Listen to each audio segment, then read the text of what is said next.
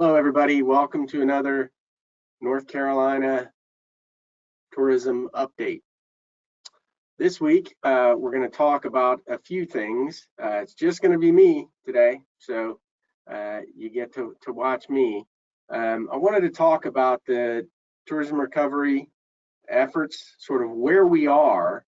I'm going to go over some of the destination analyst research, where we are as a country, where we are with the traveling public, where we are as a tourism office. And we're also going to talk about what's happening with the grants, with the new stimulus package that was just passed. And we also wanted to talk about where we're going, what's going on, and where we're going to go in the future.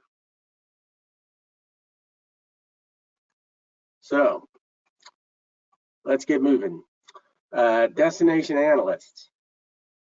Of course, you know, we're doing these weekly reviews of what consumer sentiment is about travel and the pandemic. We've been doing them all along. We've also done some resident surveys as well. And what we're seeing is that the resident information tracks pretty well with what we're seeing out of the southern US when it comes to visitor sentiment and mindset. So we feel pretty good with what we're seeing here. I'm going to go over some of the latest factors. So this has been really the big bear. This is the orange bars where people think that pandemic's going to get worse. The blue bars whether it's going to get better. This gap has been big for a while, and it really isn't improving. We had hoped the vaccine would turn that around. We started to see the get worse go down and the get better come up, and then I think we've backtracked a little this week with some of the stories about the slow rollout of the vaccines, but this just shows I think we still have a lot of ground to make up. One of the things that we're kind of dropping on, and this is something we really want to watch, is excitement to travel now. People are not very excited to travel right now, and in fact less so this week than they were last week.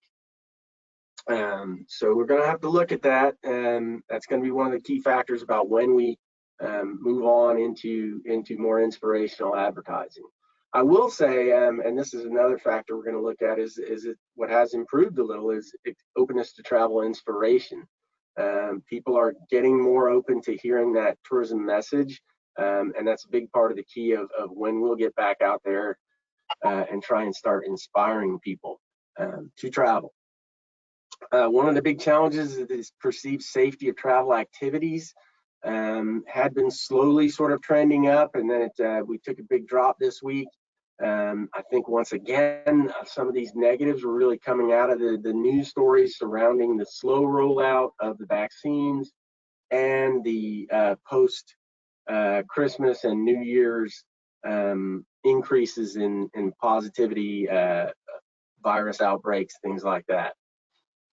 We had really hoped, you know, as we'd seen a long time, that the rollout of the vaccine would get people feeling like they could travel. This is interesting. I think this recent news about the vaccine developments affect your optimism about being able to travel. This dropped this week. Once again, I think based on stories about the slow rollout of the vaccine. However, people still are more optimistic about traveling because we're getting the vaccine out there. So we're getting there, just not as quickly as we would have liked. I think this is a really good chart. The blue bar is when people expected to travel and how much in 2020. The orange bar is when and how much people expected to travel in 2021. I think you'll see people are hoping that, you know, by summer we'll get the vaccine will be rolled out. There'll be this comfortable thing that late spring, summer they can start planning and traveling.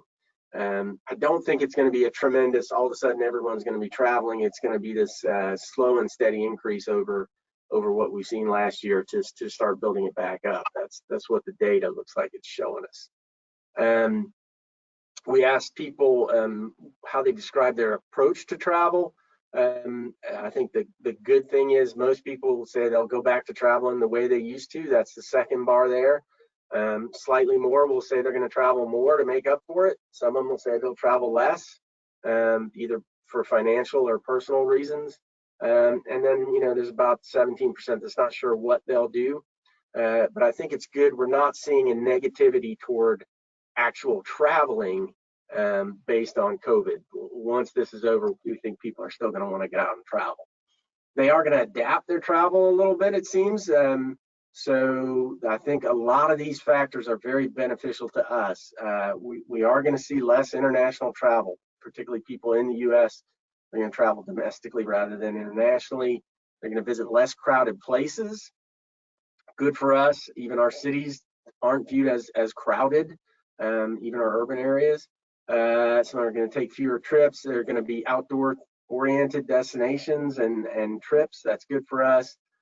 Close to home, that's nice. We're very convenient. And there's still going to be, I think, a bumpy road for the commercial air industry for a while as people slowly get back in. This is one of the main charts that we were fighting to get back people comfortable with. We wanted people in the blue. This is that they agree that they felt safe traveling in their home community. And I think we've made a lot of tremendous success with this and getting people at least comfortable with traveling in their own community, which is the first step toward traveling outside of their community and allowing visitors to come into their community and to be hospitable to them and to be ready to welcome visitors. Obviously, as you can see, over the last 2 weeks, it's still a challenge, but I think that's one of the signs that we're looking for motivating. So I wanted to show this chart, which it basically shows the last 10 waves or so, and where people's heads are based on a combination of the factors from a lot of the data that's already been presented. And basically, we've got people categorized as either not ready to travel, they're marketable, so they may not be traveling, but you can market to them and get them to inspire them, or they're ready to go, they're ready to travel. Obviously, we want to see those people shift into that yellow area before we switch back into an inspirational form of advertising. We're hoping and projecting that that's going to come in the spring. A lot of travel maybe won't come until summer, but the marketability we think will be there in the spring, and that's when we plan to roll our program over. So what's happening right now? Where are we with grants and stimulus? A lot of you may have seen this is not very exciting chart, but it was a very exciting package. This was the HEROES Act, which is the new stimulus package. It was passed by the legislature right at the holidays. I believe it was signed by President Trump on December 27th. A lot of great things in that for DMOs.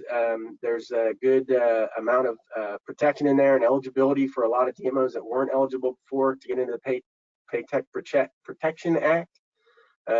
So some great things there that came out of it. I'm going to go over a couple. Paycheck Protection Program eligibility for quasi-governmental organizations and nonprofits. So if you're a CDB, you should be talking with your county government or your finance people and trying to work on this, get that set up so you can get those paycheck protection grants to help you with payroll. Probably another one of the big things for us was an extension of the COVID relief funds that were set to end at December 30th. As we've told you over and over, you have to spend that money by December 30th, 2020. That has been extended to December 31st, which is what it should have been in the first place, of 2021. So those are going to have a big impact on us.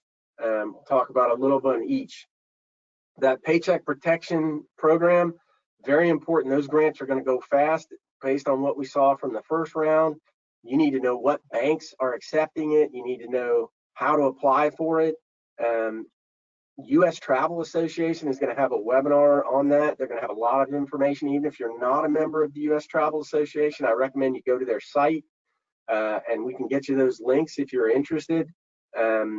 If you need help finding a local bank that is working with the Paycheck Protection Program, what I would recommend is talking to some of our existing industry managers For North Carolina, we have them throughout the state. There's one in every prosperity zone. These are people that work for the EDPNC, and their job is to help existing businesses in those areas of the state to thrive. So they could help you, tell you what banks are available, who's doing the loans, and help you with that program. This chart is, you don't have to scribble this stuff down. It's one of the 2 handouts that you can see if you go into your user screen and you go to the handouts section. You'll see there's 2 handouts. One is the presentation from today. The other one is this chart. So if you do have questions about the PPP, you can talk to those folks. I would recommend you do it quickly, just based on the fact that these things tend to be very popular and sell out relatively quickly. So what are we going to do? So the stimulus program didn't give any new dollars. It just extended those dollars that we had already received and our ability to spend them. So what we are going to do is we had spent most of those dollars because we thought we were up against the deadline until 3 days before the deadline. So we're going to take the leftover funds with that, and we're going to keep the Count on Me NC program alive. We're going to keep the website. We're going to keep the classes that people can take. So all that is going to be available. We're going to keep promoting that to try and focus on travel safety for the next few months, particularly while we're having these increased outbreaks and more shutdowns. We're going to focus on trying to get people to get into that safety mindset, which is going to help them to be able to travel more quickly than anything else. So we'll continue doing that. We are not stopping our marketing, but we're focused on safety. We're still doing everything else we can to get the message out there, just a North Carolina travel message, and get those stories out there. One of the great things we've got going on next week, we're doing our 2nd virtual media mission. This kind of grew out of a program we were going to do for Black History Month, to focus on Black History Month, and we thought we would expand it even more and shine a light really on change makers in North Carolina. These are people who are contributing to the betterment of the state. They're drawing on the state's history and heritage and making contributions to the travel experience. It can be just about anything, and if you've got a change maker, let us know. Let our PR people know. Let Margot Metzger and Suzanne Brown know. These are the examples we're using for this particular media mission. We've got an oyster farmer from the Outer Banks. We've got a musician, got an artist, an innkeeper, and a brewer. So we're talking about, you know, those unique stories of who these people are. We are really fortunate to be able to do this. We're excited about it. It's going to run next week. It's not something for partners to join in. We're going to have the idea of these virtual media missions is we hook up the story with the media outlet, and so the media outlet can run the story. So if you've got a great person you think would be super for this, let us know, and we will continue to pitch it and send it out beyond just the event. So we're excited about that. We're continuing to do that. What else does this mean? Okay, so we talked about the extension of the CARES Act funds, those tourism recovery and relief funds.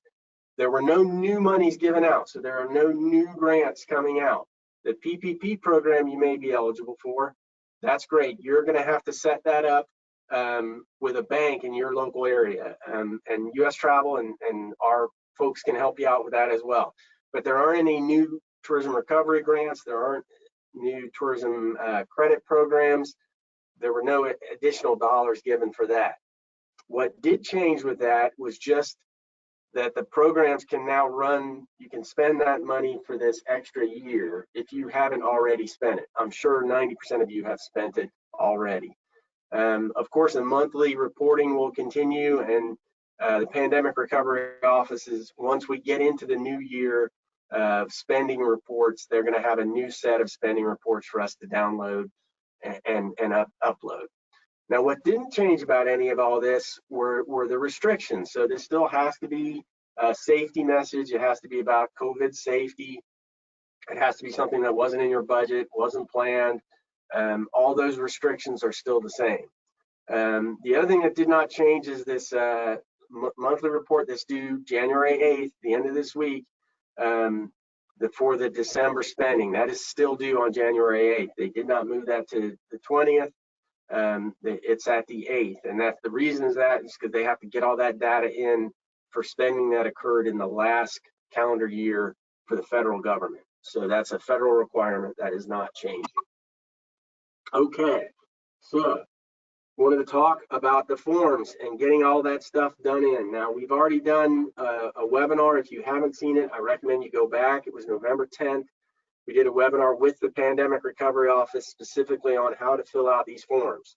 So hopefully at this point, your C1 form is basically complete. And what you do with the C1 is it's just sort of a narrative of, okay, this is the money we received. This is how we planned on spending it.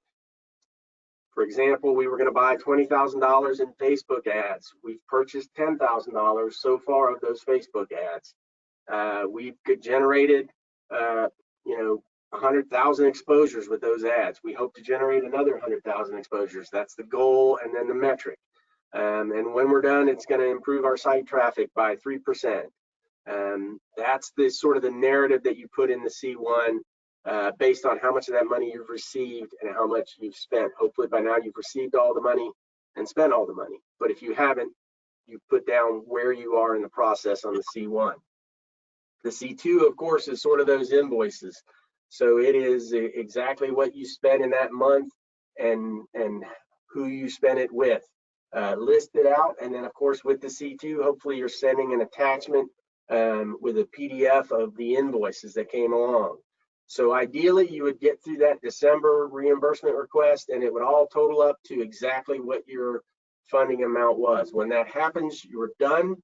You've reported all the spending. You've reported that you've spent all the money you received from the grant. And when you get to that point, then you can do the attachment F. That is the last form. That is kind of the sign-off form for these recovery grants. So you don't do the F until you've got invoices for every single dollar of that grant that you needed to spend. Because the attachment F is really about the outcome and the accomplishments of what you did with the money. What they really want is a descriptive summary, a narrative, essentially everything you were able to accomplish with the grant funds.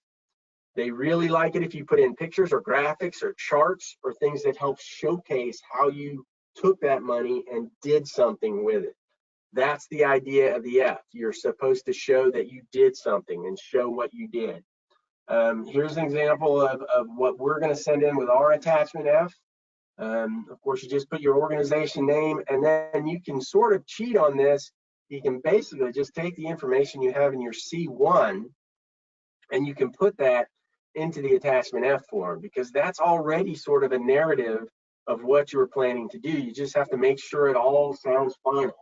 So instead of we're going to buy $20,000 in Facebook ads, it would be we bought $20,000 in Facebook ads. We generated 200,000 exposures with those ads. We were able to increase our web traffic to our site and to our partners by 20%. We also bought 500 face masks that are Count on Me NC face masks. Those kind of things will go into the F. This is our F. Then the second part of the F for us, and you should do this too, shows a lot of the stuff that we did. So we put Count on Me NC on a race car. We've got that. We had Richard Petty post about Count on Me NC. We sponsored an event for Count on Me NC and got the name out there. We ran ads. You put in some charts, diagrams, things like that, that shows all that that impact. This shows that you did actually take that money and spend it, and you spent it in the right way. That's kind of what they want to see out of the attachment F. It's probably the simplest of the forms, but it's potentially the most important one that you get right. And make sure by the time you're doing the F, everything should be finalized. It shouldn't be, we're going to do this, we're hoping to get that. We want to have this. It should be all about what you did, what you got, and what you received. And obviously you can say we're going to continue to see benefits from this throughout the year, but what you really want to focus on is what you did and what you accomplished with that grant. Okay, So that's where we are, grants and stimulus. Now, for the last part, I wanted to kind of talk about where we're going to move forward. You know, as I said, we hope to see soon in the spring that people are going to be more open to advertising. They're going to be ready to start planning travel and hopefully traveling in the late spring, early summer, and throughout. So part of what we want to do is plan our campaign for next year. You know, with the fiscal starting in July, we know everybody's gearing up for that. So in preparation for that, we're sending out a partner survey this week. It'll probably come out on Thursday, tomorrow. It's very similar to ones we've done in the past. We're going to ask you about your budget. We're going to ask you about your advertising plans, and we're going to ask you what your needs are, what changes you've seen, what timing you need. Is the timing different this year? Is your timing along with our timing? When do you need to know what our co-op program is? When do you plan to advertise to jump back into the market? Those kind of things. We're going to take all this data that you send to us, and please send it back as soon as possible, because we need to issue our RFP for the co-op program by the middle of this month, January 18th. So we're hoping to have all the surveys in before January 18th. As soon as possible is great, but we need to have them in by the 16th at the latest. That would be super, but we'd really like to get them as soon as possible. It's a very brief survey. So we're going to take that survey information, we're going to load it into the RFP, and then our plan right now is to have the co-op plan finalized by April 8th, where we can get that out to you ahead of your fiscal budgets, and with hopefully some great plans for advertising, you know, in the new fiscal. Of course, we will roll that out at our VisitNC365 conference. This year, again, it will be a virtual conference. We know we need to get this out ahead of the July 1st fiscals starting for many of our partners. So our plan is to do the conference virtually on April 21st and 22nd. That's a Wednesday and a Thursday. We'll do really quick half-day sessions. We're not going to keep you staring at a computer all day. We'll do welcomes, breakouts, keynotes. We're going to have a lot of relevant data on what's going on, what traveler mindset is, where people going. We're going to talk about our campaign, our new inspirational campaign, which will be trying to kind of get people's mindsets back to where they were before the virus outbreak, to get them back into the travel mode. We'll have registration open on March 1st at visitnc365.com. We'll talk about this a lot coming up, but we're really looking forward to moving on and getting back into the inspiration business. Let's hope we can do it as quickly as possible. I know you guys are looking forward to that too, and we appreciate you guys hanging with us as much as you could. Okay, that's it for the program. Now I'm going to answer some questions. Let's see what you guys have for me. Okay, can you share the pitch sheets for change makers to give us an idea what you were looking for? Yes, we will send you out a descriptive of what we're looking for. We'll probably put that in NewsLink for you, and we'll get that out to you as soon as possible. Okay, what is the deadline to submit the attachment F form? Okay, the attachment F form, theoretically, the deadline would have been January 8th because we were all supposed to be done with our spending by December. Since spending has been expanded for a year, the deadline for the submitting the F form is really once you've finished your spending. So if you didn't spend all your money and you're going to spend it this year in the spring, you're going to have to keep reporting monthly where you are in your spending. And in February, I haven't gotten this information yet from the Pandemic Recovery Office, but I'm pretty sure that's going to be due February 20th. You're going to have to tell us what your January spending was. March 20th, you're going to have to tell us what your February spending was. So those spending reports will keep going on in the new year. And done. Once you're done and you've spent all that money, whatever month that is, in that month's reporting, that's when you should put the F in. F is really the final form as far as the spending goes with the reporting. Okay, we have spent almost all our grant funds. We have less than $10 and not sure to do what the remaining funds. Please advise.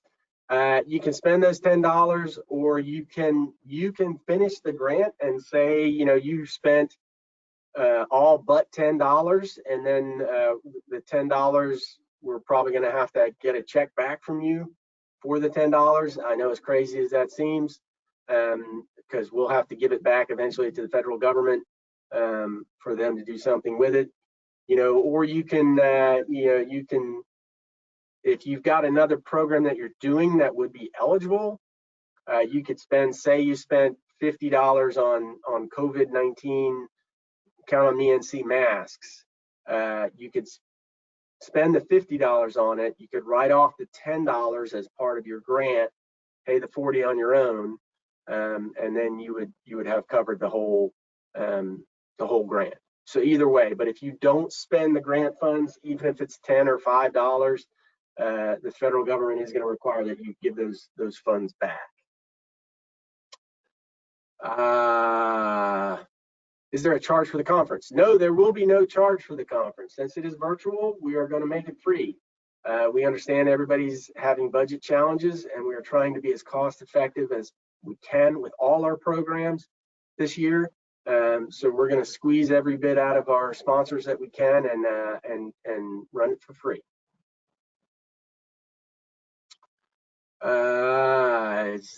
For the F form, if we are still looking at outcomes, would it be better to hold off for some better metrics, sales tax revenue and things like that? You can.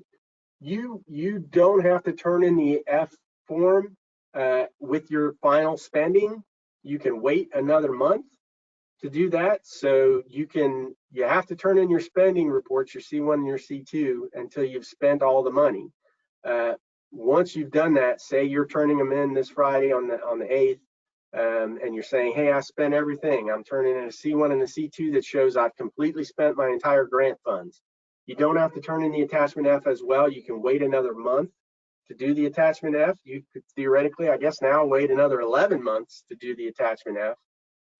I would recommend doing it the next month, and that may help you get some of the metrics in that talks about the value you got out of it. That F form is definitely a final form, so you don't want to rush it. Take your time with it and wait. It does not have to be turned in now on Friday. You know, we thought everything was due. Now we've really gotten extended a year, so you can take some time with the F. I just understand a lot of people want to get this over with, and the final step is turning in the F. If there's funding in one category that we have remaining, can it be applied to another valid project? That is a good question. So the way the rule is, you submitted a proposal to us and we approved that proposal. You can spend the money on anything that's in that proposal. And if something in that proposal costs a little bit more or a little bit less, you can shift those dollars. That is not a problem. As long as it doesn't get to be more than 20% of a difference than what you had in your overall project. If you've got more than 20% of a difference, then you need to resubmit to us before you're approved to spend it on something that wasn't in the project. But under 20%, yes, you can shift it around inside of your budget on your own without worrying about telling us. The Form F was theoretically due January 8th. Now, none of that all matters. The Form F, you can turn in January 8th if you're done, because remember, the reporting deadline for January is the 8th and not the 20th. Every other month it's the 20th. So the Form F is due whenever you feel like you've completed your project, your grant, you've spent all the funds, and you can kind of show a response of how you did spending those funds. Next question, if we spent all the grant funding in November and completed and uploaded the attachment F in December, is it okay that we went to the old link provided, or does it need to be re-uploaded to the new link? It should be fine. The actual upload link, I believe, remained the same. They said it was a different one, but I looked at the coding and it looked like the same one to me. What happened was they changed the download links to download the forms for some strange reason. I have no idea why. But If you've already turned in your attachment F and you've got all that stuff turned in, you should be good. You're clear. You're done. And unless you hear from me or the federal government, you're good. What I would really like you to do is send me a copy of your attachment F so I can have an example of that and we can mark you down as a closed out grant. So if everybody can do that when you do the attachment F, send us a copy as well. That would be great. I forgot to mention that during the presentation. The example C2 forms show multiple months. Do we only show December invoices in our C2 report, or are we supposed to keep a running list of invoices on our C2 form? What we've done is we've just sort of added to the C2 every month. So we still have the spending from October and November in our December C2 report. So we've just added to it. It has the entire list. You don't have to do that, but I found it easier to do it that way. If you just have the December spending, you have to remember up in those tabs up top, you have to include the spending for October, November, and the other months in order for it to add up correctly on the spreadsheet so it shows that you spent the right amount of money. But I believe the Pandemic Recovery Office will take those forms either way. You can either do it as a cumulative, showing all your spending, or just that particular month. Okay, I sent an email yesterday with updated links for C1, C2, and F forms. That is the link to use for your December spending, yes. If you can use those links, that would be great. I believe it's the same upload link, but the download link is new. If you go to the old download link, you will not be able to access any forms. So if you have any issues with the form access, let me know and we can get you those links. We have to explain if our December invoices exceeded the grant amount. We understand we will not get any additional funds. That's a great question. No, you don't have to explain it, but you want to have the invoice there. So say you only had $5,000 left and you paid a $10,000 invoice with it. Put down the $10,000 invoice, but obviously when you show what goes against the grant, it'll just show $5,000. And that's a really good way to go. I think you're better off showing that you spent even more, but you're only claiming back what the grant showed. You don't have to explain that. It might be good to have it written on the invoice and say, $10,000 invoice, say 5,000 applied the grant, 5,000 our own funds, something like that. All right, next question. If we have funds left over and we didn't propose spending funds on face masks, can we spend it on face masks even though it wasn't in the proposal? Yes, you can, because the face masks are something that's been approved for use for an expenditure. A COVID, count on me and see face masks, or some type of face mask that has a marketing message on there, a COVID safe marketing message. You can spend it on those. If you're talking about spending more than 20% of your total grant on those, then you do need to get that approved because you've changed the grant by more than 20%. If it's less than 20%, you don't have to get that approved. You can just run the invoice. Next question. If you spent all the funds but are still awaiting outcomes, do you have to send in a C1 and a C2 again this month if you want to wait to do attachment F for February? Okay, so I think this is a really good question. If you sent in your C1, C2, say last month, and you had completed all your spending, and now you're just waiting on the F for showcasing more spending, you don't have to send in the C1 and C2. You can, but you don't. They tend to like to get the attachment F 30 days after the C1 and the C2. But if you want to wait, I don't think you have to do that. You might want to send the C1 again just to say we're still holding on final metrics. But you've accomplished everything you needed to do. If you sent C1 and C2, showed all your spending, and then you're waiting to get more data for your F, you are fine. Are we able to order more Count on Me and See masks? Yes, you are. We can get them to you. There's a link that I don't have with me, but we'll send that out in Newslink in case people want to order more Count on Me and See masks. They are available, and and they're a good price, and I don't think masks are going to go away for a while. So that's available to you. Okay. I think those are all the questions, unless Guy Gaster texts me or comes running, screaming into my office from his. I believe there are no other questions. If you do have questions, you can always email me, wit@visitnc.com. We'll try and get you messages as soon as possible. I really encourage everybody to try and go out and get those PPP loans. They're very, very helpful in these times when I understand that it's so hard for all of us to get going. Also, can't express enough, if you can fill out those that survey as soon as it comes out and get it back to us, that'll be very beneficial. What we really want to know is what you're seeing. What do you think? What do you want from a co-op maybe now that you didn't want based on COVID? What are you looking at differently? Are you looking at different markets? Are you looking at a different strategy? Excuse me. Are you going more into print? Are you going strictly digital? Those kind of things will help us in the mix that we make for our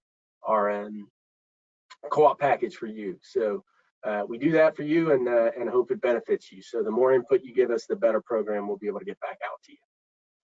All right, everybody, we will have another webinar in 2 weeks. I think we're going to kind of go over a focus on a wrap up of Count on Me NC and some other programs that we see going on and what's happening. We'll try and potentially talk more about other benefits that come out of the stimulus program, and hope to see you all then. Thanks a lot.